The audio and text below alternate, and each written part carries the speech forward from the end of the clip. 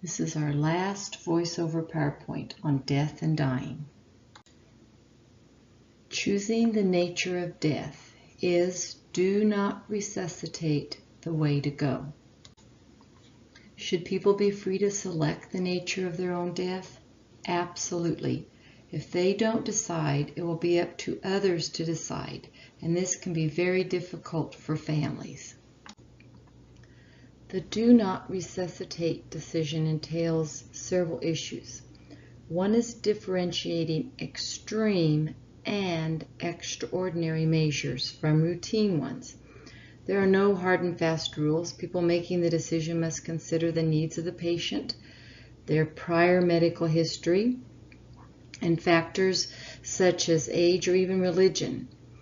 For instance, different standards might apply to a 12-year-old girl and an 85-year-old girl with the same medical condition.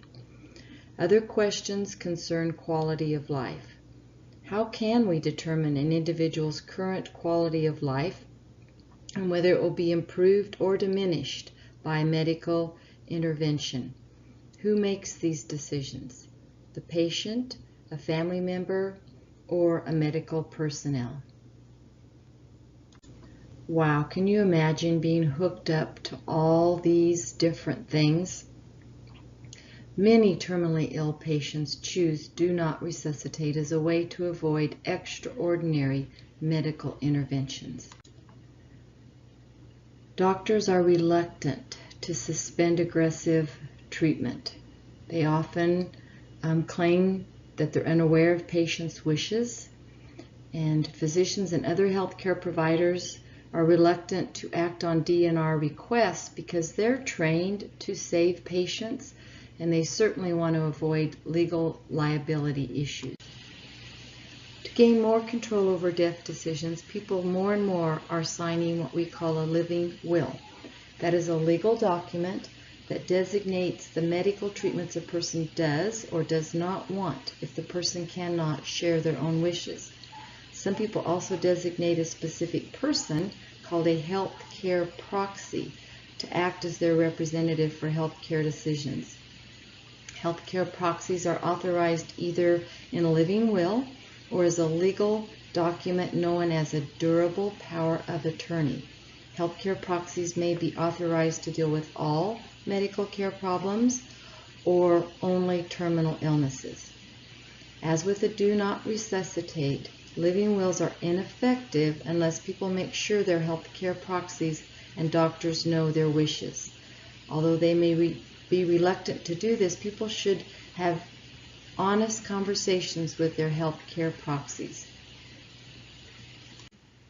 Dr. Jack Kevorkian became well known in the 90s for his invention and promotion of a suicide machine.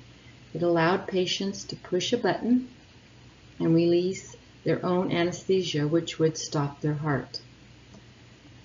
By doing this, he was participating in assisted suicide, basically providing the means for a terminally ill person to commit suicide.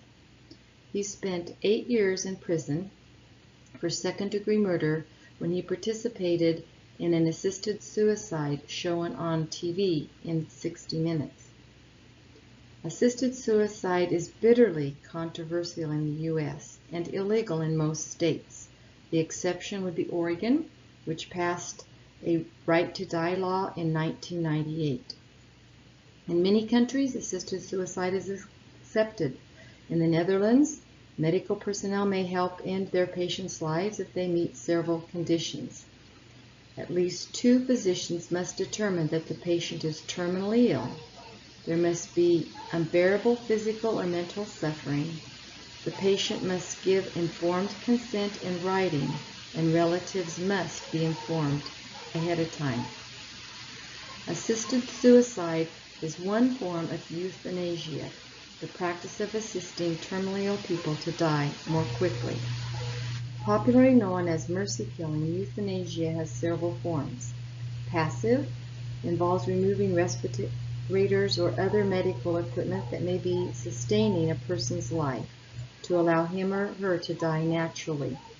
Involuntary active euthanasia, caregivers or medical staff act to end a person's life before death would normally occur, perhaps by administering a legal dose of lethal pain medication.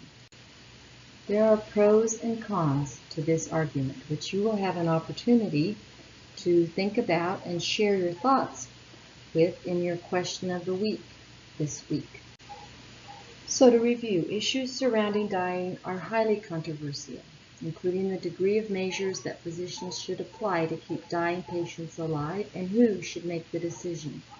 Assisted suicide, more generally euthanasia, are highly controversial and illegal in most of the United States, although many people believe they should be legalized if they are regulated.